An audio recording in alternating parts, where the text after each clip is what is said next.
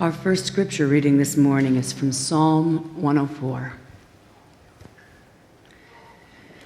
Bless the Lord, O my soul. O Lord my God, you are very great. You are clothed with honor and majesty, wrapped in light as with a garment. You stretch out the heavens like a tent. You set the beams of your chambers on the waters. You make the clouds of your chariot. You ride on wings of the wind. You make the winds your messengers, fire and flame your ministers. You set the earth on its foundations so that it shall never be shaken. You cover it with the deep as with a garment. The waters stood above the mountains. At your rebuke, they flee. At the sound of your thunder, they take flight. They rose up to the mountains, ran down to the valleys, to the place that you appointed for them. You set a boundary that they may not pass, so that they might not again cover the earth. You make springs gush forth in the valleys. They flow between the hills, giving drink to every wild animal. The wild asses quench their thirst. By the streams, the birds of the air have their habitation. They sing among the branches. From your lofty abode, you water the mountains. The earth is satisfied with the fruit of your work. You cause the grass to grow for the cattle and plants for people to use, to bring forth food from the earth, and wine to gladden the human heart, oil to make the face shine, and bread to strengthen the human heart. The trees of the Lord are watered abundantly, the cedars of Lebanon that he planted. In them the birds build their nests. The stork has its home in the fir trees. The high mountains are for the wild goats. The rocks are a refuge for the conies. You've made the moon to mark the seasons. The sun knows it's time for setting. You make darkness, and it is night. When all the animals of the forest come creeping out, the young lions roar for their prey, seeking their food from God. When the sun rises, they withdraw and lie down in their dens. People go out to their work and to their labor until the evening.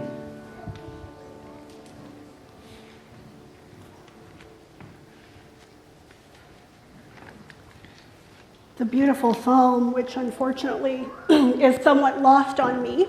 I can appreciate the wine, and I can appreciate the sunrise, but when it comes to creeping things in the forest, which I think of bugs, and cattle, which I think of the smell, I'm not so much up for Psalm 104.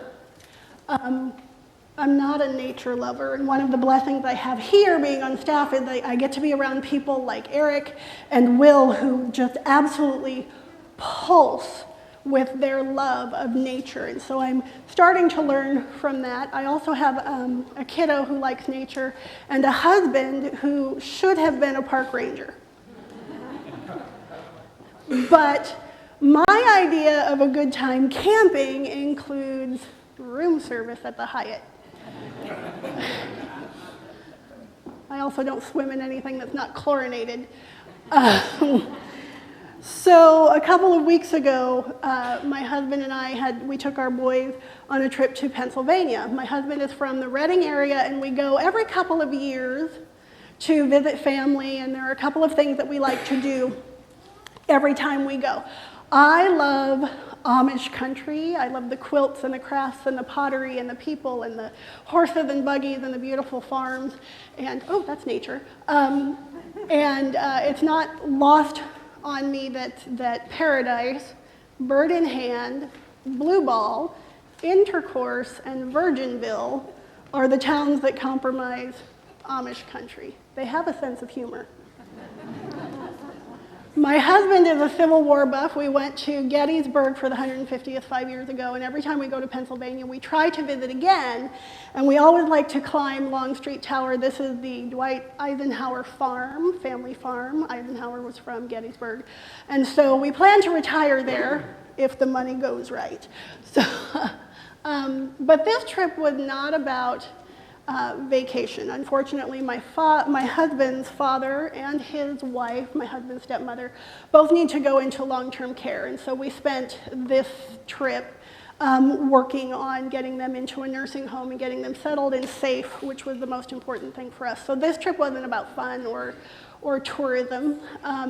But after 3 days of going through the motions of 2 different hospitals and finding a nursing home that could take them both, we needed to take a break, and so we tried to find something to do with the boys that would be fun, but quick and close, because we needed to get back to the hospital. And so we picked a place called Crystal Cave, which my husband had never been to before, even though he grew up there.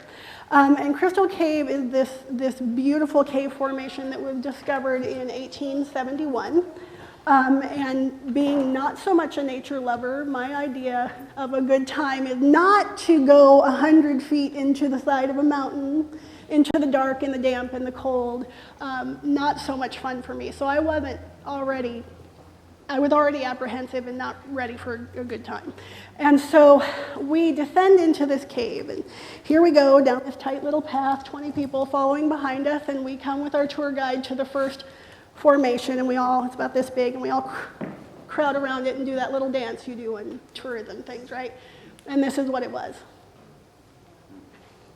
And I looked at it, and I looked up at my husband like, really?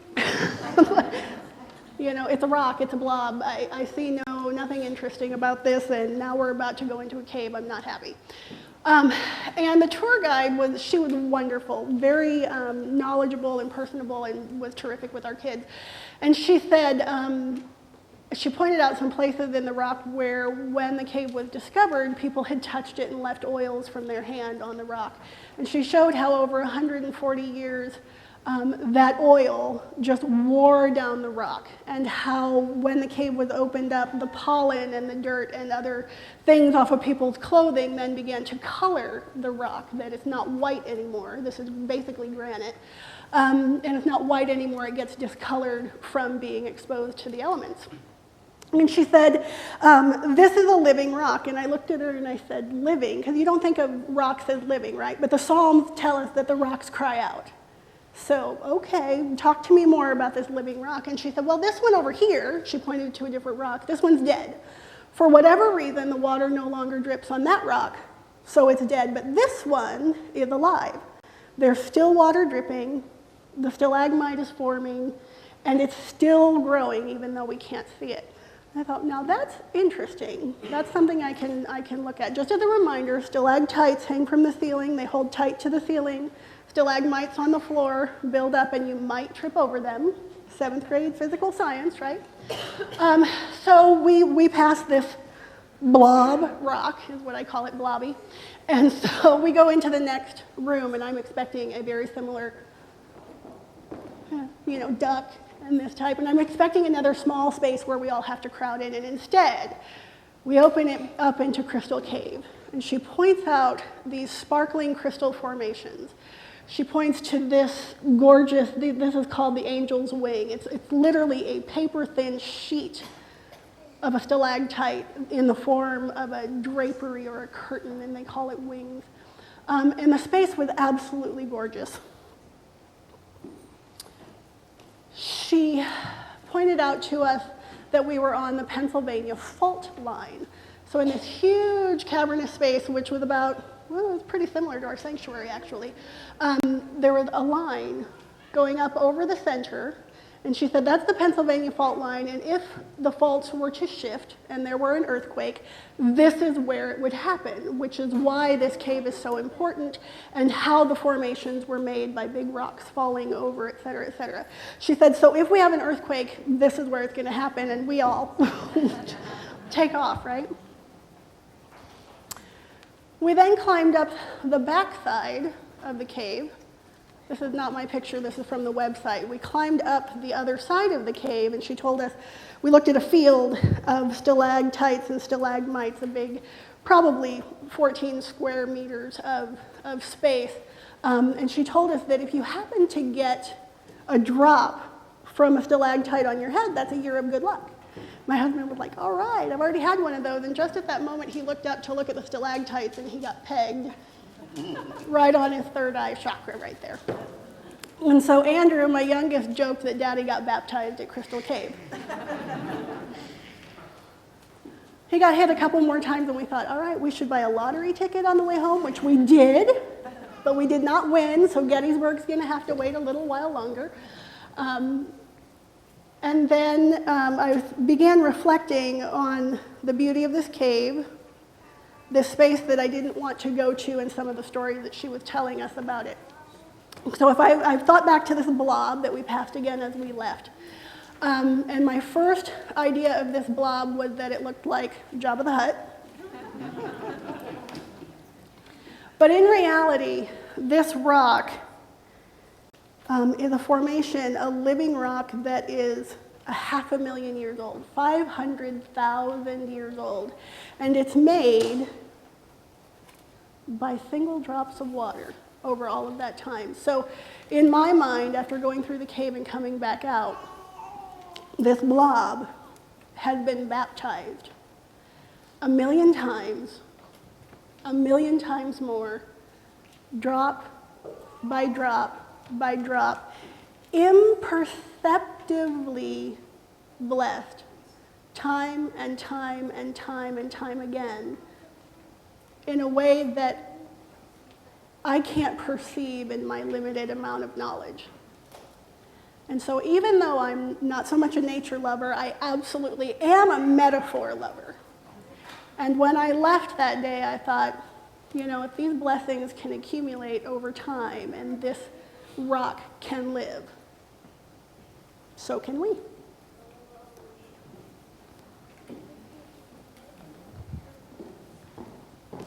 Speaking of blessings and drops of luck, it's time to kind of count ours. We're going to invite you to simply take the next minute or so and write down one blessing on these cards you were given. And if you didn't receive a card, you simply raise your hand and an usher will give you one. And we'll later collect those and read them out loud. So there's a need for a card over here. Over here.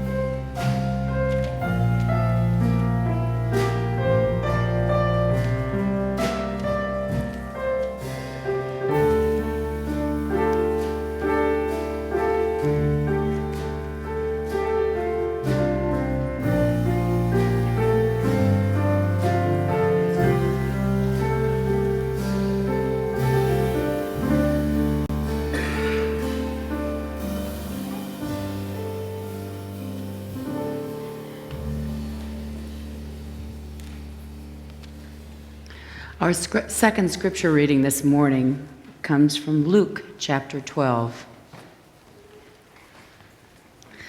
Someone in the crowd said to Jesus, "Teacher, tell my brother to divide the family inheritance with me." But he said to him, "Friend, who set me to be a judge or arbitrator over you?" And he said to them, "Take care. Be on your guard against all kinds of greed, for one's life does not consist in the abundance of possessions."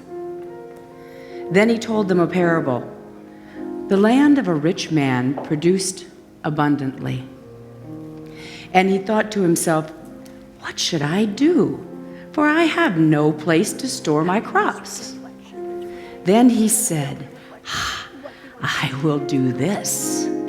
I will pull down my barns and build larger ones, and there I will store all my grain and my goods. And I will say to my soul, 'Soul, you have ample goods laid up for many years. Relax, eat, drink, be merry.' But God said to him, 'You fool. This very night your life is being demanded of you, and the things that you have prepared, whose will they be?' So it is with those who store up treasures for themselves, but are not rich toward God." He said to his disciples, "Therefore I tell you, do not worry about your life, what you will eat, or about your body, what you will wear.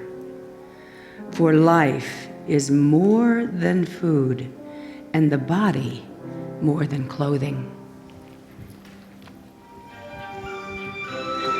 A mapmaker named Anson has come to measure a mountain. All this way just to measure our mountain. But he's got an uphill battle on his hands. Settle all bet. Eyes on 984 feet. And in no way should detract from the beauty of or the perfection of the hill. Yesterday it was a mountain, today's a hill. 20 feet, that's all we need. A 20-foot dump and we're all mountain. I'm the only one that thinks this smacks of cheating. Siskel and Ebert give it 2 thumbs up. Come on, Vince, you stay on there and measure a mountain again. We will be, just get one. There's Graham.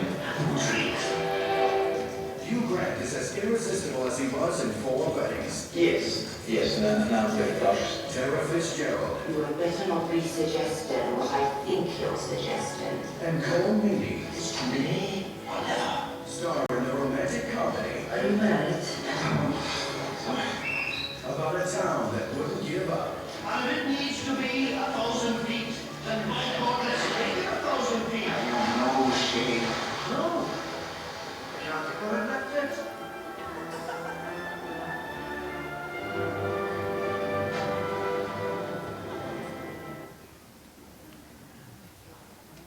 So this weekend I had this overwhelming hankering for fried chicken. And so I went down to 24th and Leavenworth, where there's this little new place called A Taste of Soul, and I ordered some fried chicken, and they told me it would take about 20 minutes. So I went next door to one of my favorite coffee houses in Omaha called Well Grounded. Well Grounded is owned by a friend of Will Howell's, and a portion of every dollar they make, it goes to providing clean water in countries where that's a rarity. And I ordered there not coffee, but chai latte. They do it better than anybody else, in my opinion. That's made with real Indian spice, with real pungent ginger that's almost as warm as the coffee itself, I mean the chai itself. And so I ordered that chai, and I just sat and waited for my chicken, and I thought, I just feel so blessed in this moment, this chai, waiting for my next gastronomic giddiness to overwhelm me. And I was reminded that this last year I've just had this growing sense of gratitude. I think I'm more grateful now than I ever have been in my entire life.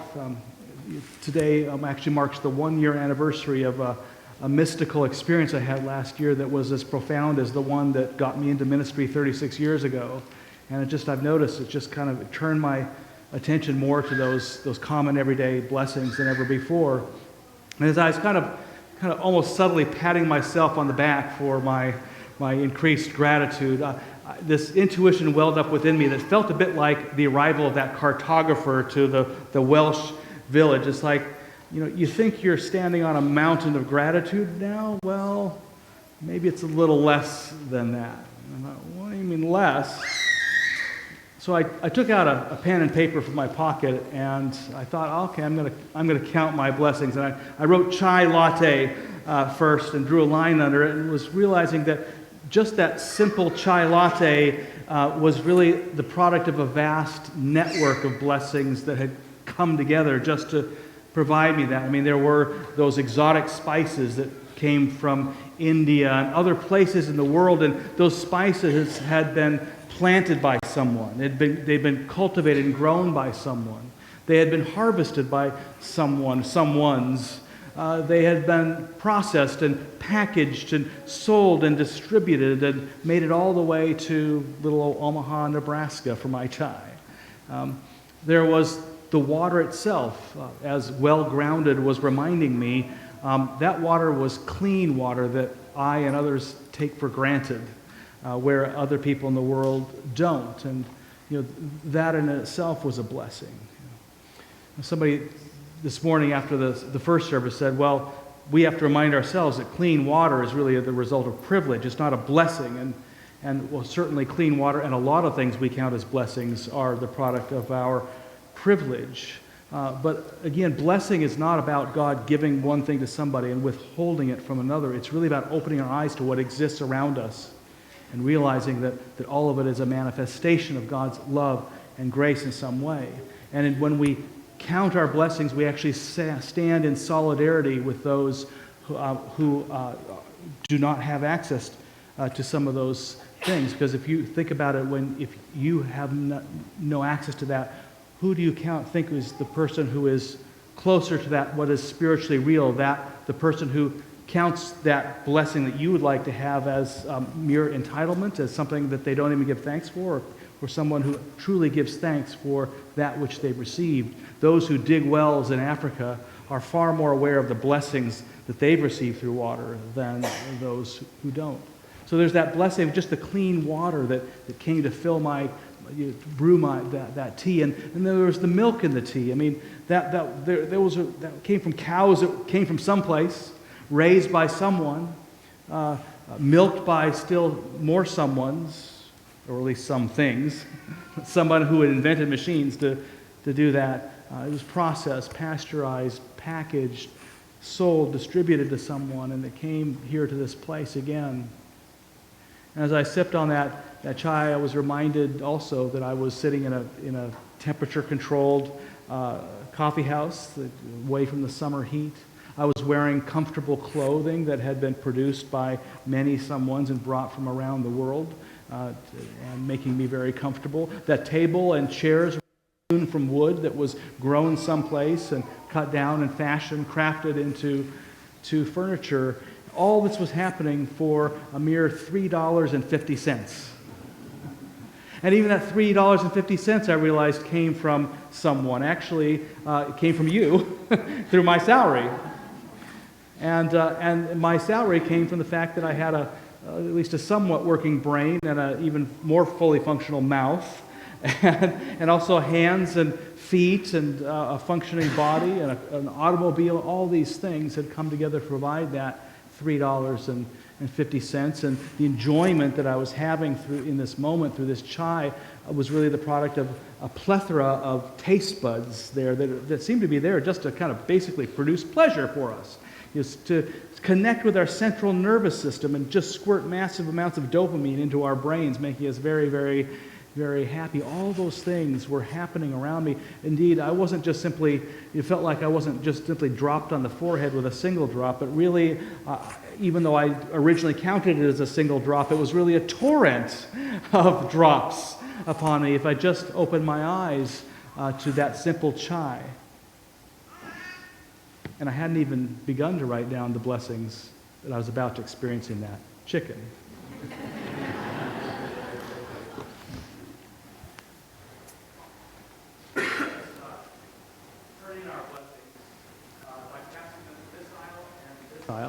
And a smattering of them will be read later.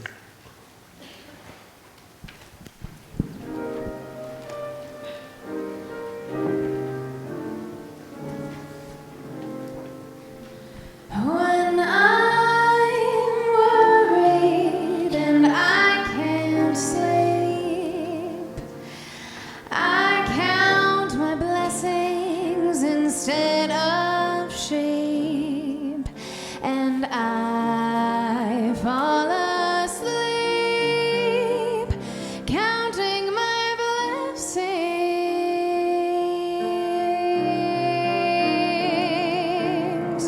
When my bankroll is getting small, I think of when I had none at all, and I fall asleep counting my blessings.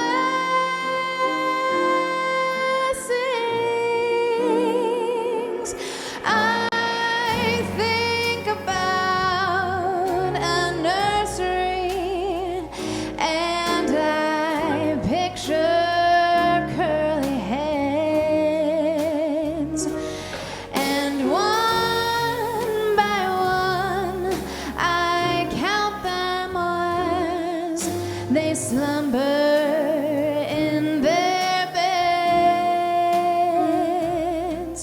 If you're worried and you can't sleep, just count your blessings instead of sheep, and you'll fall asleep counting your blessings.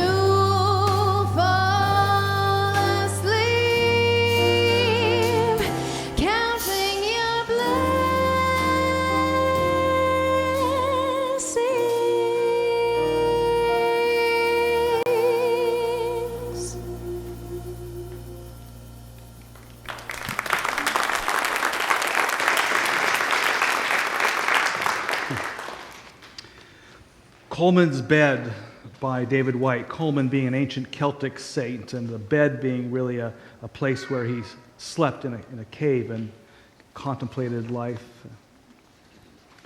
Make a nesting now. Make a nesting now, a place to which the birds can come.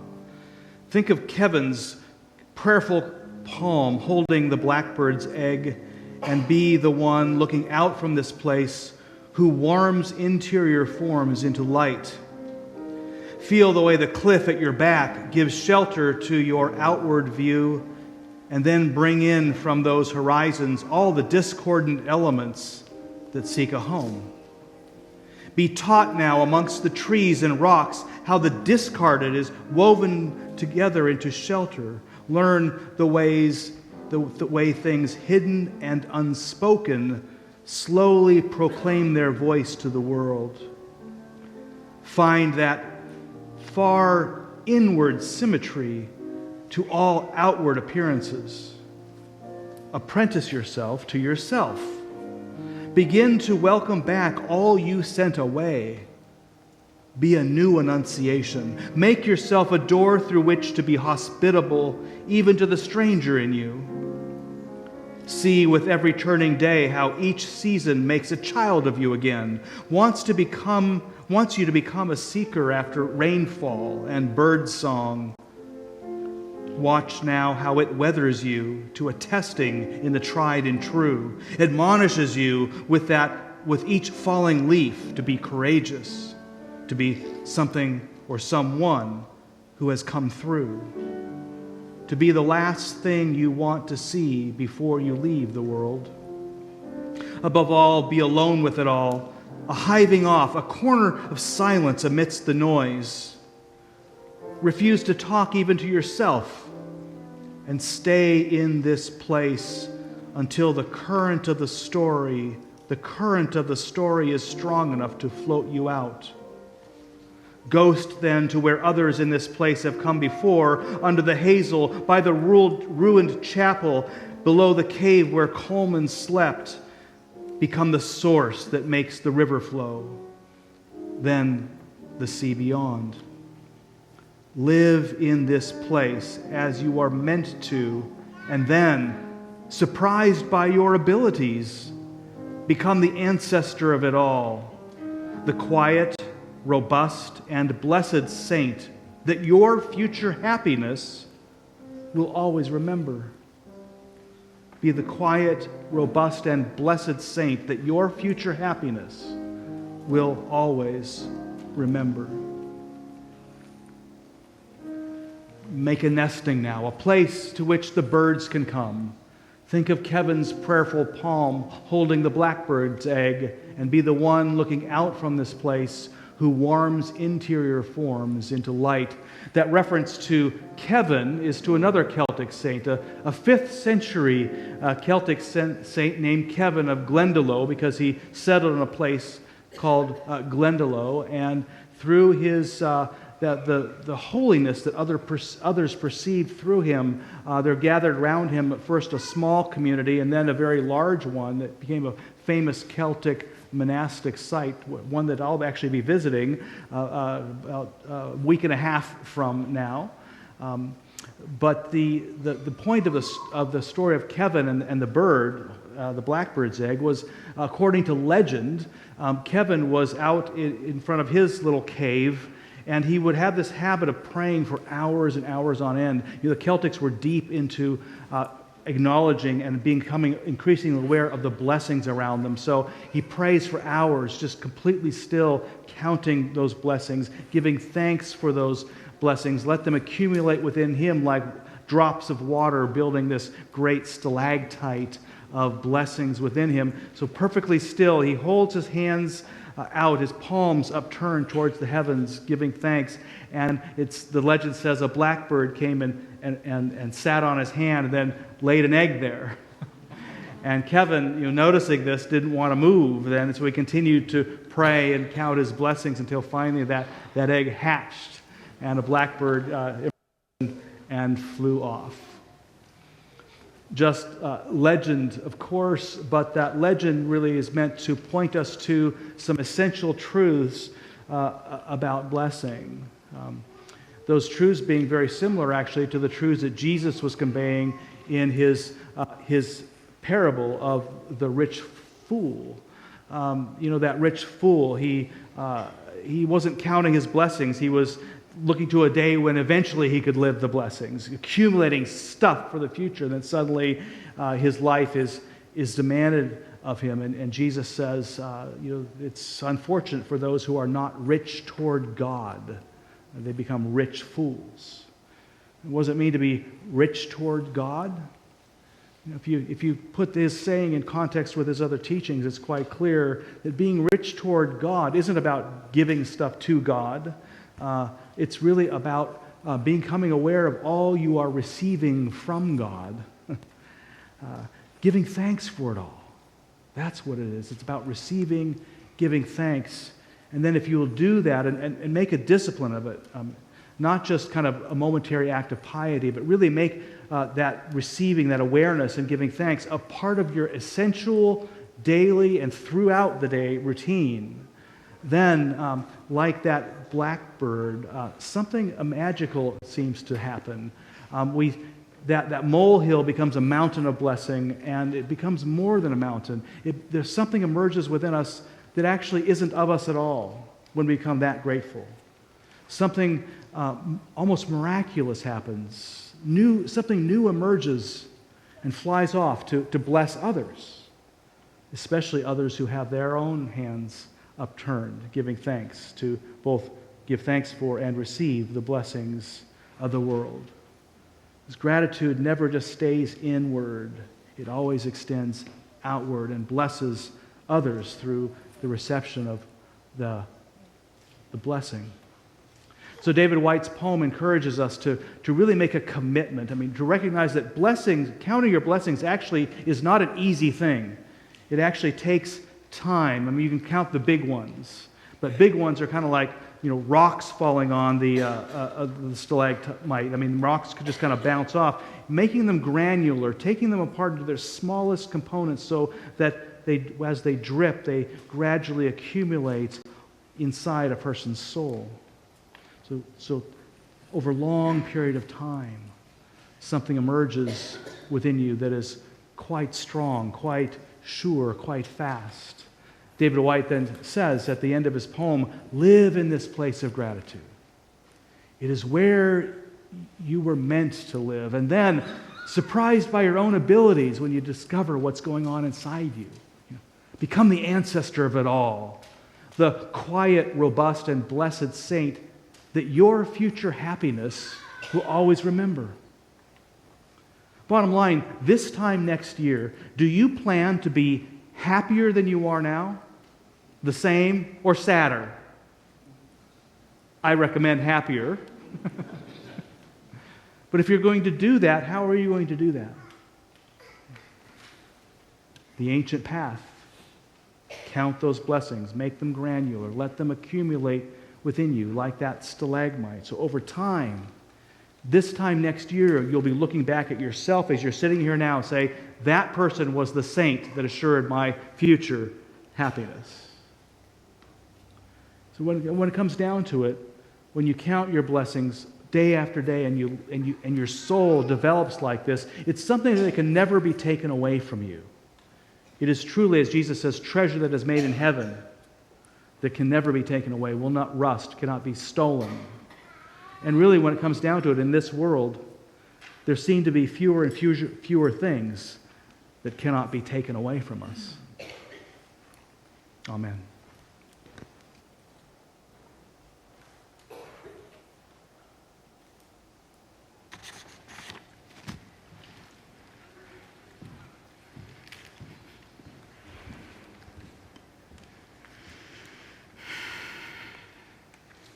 Count your blessings. Count your blessings.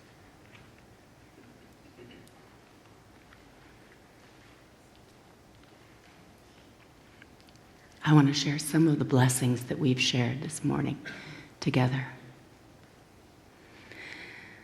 I was blessed with the most extraordinary parents who gave me a love of nature and the ambition to travel and visit beautiful places. I'm blessed with the choice to worship as I am called.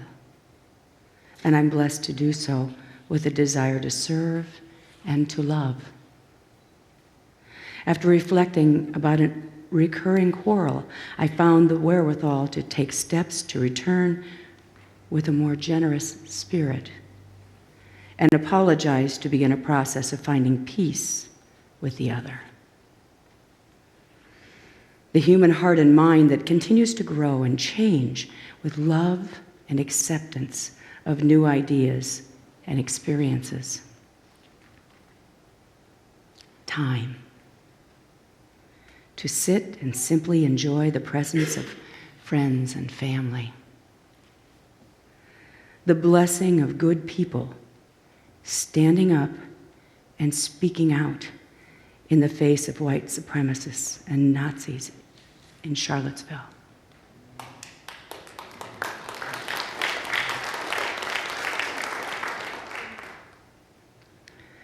The blessing of campfires and s'mores with your kids on summer nights. Health. Restorative sleep. My children's love for one another. Time with family. I'm grateful that life's great challenges lead me to appreciation for life's great blessings. I'm grateful for my son's return to my life and to accepting happiness in his life. Kindness, joy, love, mercy, and gratitude. I was blessed to eat some of the best barbecue in the country at the Council Bluffs Rib Fest. Better than the ribs was the company of my vegan daughter, who came along just to spend time with her father. The ability to recognize when things in your life have come full circle and situations that were difficult have actually helped you to see life in a new way you never dreamed possible. A new job. My grandchildren bless me by grounding me in eternal joy. Health, family, friends, and my love for Christ. Thank you, God, for all my blessings. Countryside Church. My marriage. The health of my husband, children, parents, and my own health. Finding a church home. Coloring books at church. I'm blessed that many people in this country stood up against neo-Nazis this weekend and will not let the subject be changed. Butterflies flitting among the garden flowers under a beautiful blue sky. I'm blessed with the gift of insight and ability to help my students in their time of great anguish.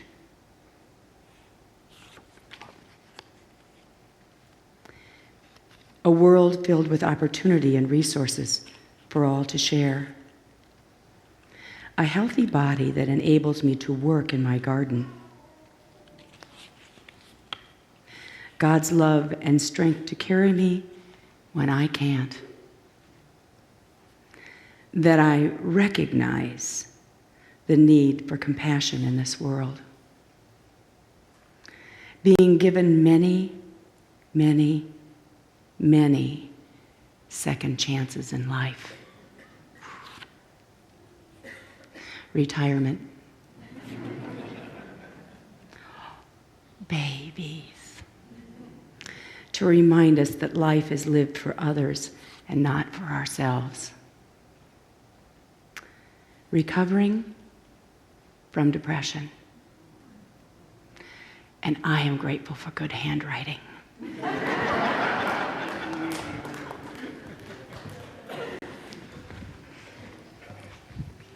You obviously weren't blessed by my card then.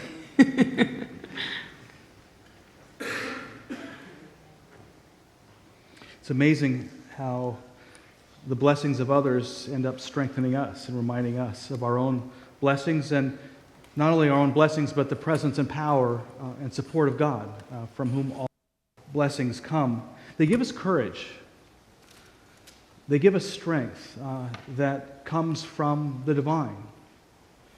When you think about it, I mean, it takes so long in a day just to become aware of a fraction of the blessings. It's like, how much time is it worth devoting to the things that trouble you or others? I mean, those things are all well and appropriate, but how much time is it worth taking away from your job, which is to be mindful of the many ways you are blessed? Indeed, it seems actually far more corrosive to overlook the blessings than to notice the curses and the struggles, because once we lose sight of those blessings, we lose that grounding in which we need to face those challenges.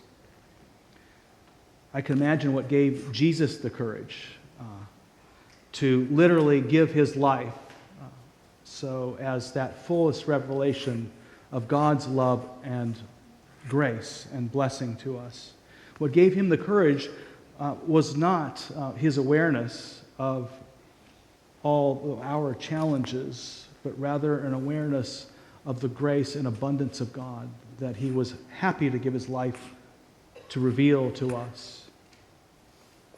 An awareness of blessings such that he could say within himself, "You set a table before me in the presence of my enemies. You anoint my head with oil. My cup overflows. Surely goodness and mercy will pursue me all the days of my life, and I shall dwell in the house of the Lord forever." All because of one who was aware of those many blessings and sought through his life and his death to give blessing away.